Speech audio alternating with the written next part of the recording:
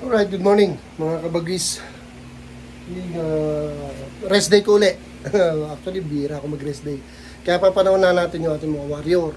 Pupunta ako ngayon sa may Hulong Duhat, which is well known as Sagasak. Doon ako maghahagis. Pag sinipag ako, baka dumiretso ako may gaday. I-check ko yung 6 na warrior natin. Wala pang hagis yung mga yun doon. Pero pala, kasama pa si Black Anita doon. Okay? And si Black Anita pala, ano pala yun?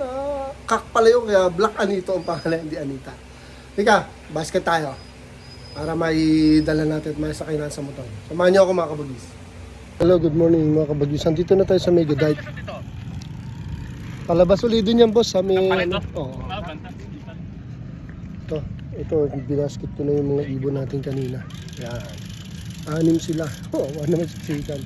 6. So, release tayo ha. Tignan natin. Sana makauwi sila. Anong oras na ba? 7:20. Exact. Sige. Game. Labas. Labas.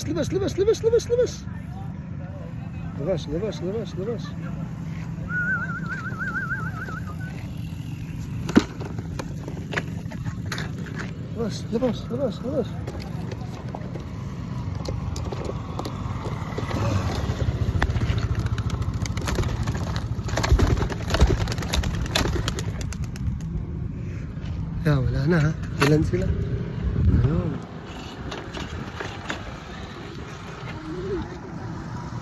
Tignan natin ito yung video natin maayos. Asan si Black Anita? Si Black Anita, ihiwalay tayo. Si Black Anita, alam niya na yung gagawin niya. Una. Yan. Ilan sila? Yan, 6. Yan, magkakasama dapat yan. Yan. Humiwalay na itong 11 feather. Ayun, 11 feather. Dumiretso na doon sa bahay. Yan, sila Black Anita. Alam na nila yan. Ganyan kagagaling yung mga ibo. Hiwalay pa. Wala kasi nitsa itong ibang to na dito. Walang itsa talaga yan. Si Black Anita lang ang may itsa dito. Si Black Anita kung saan sana nakakarating yung gagawin yun. Sino yung 3? Tatlo. Ba? Ayun yung 3. Paano na yung 3 ko? Nasaan na?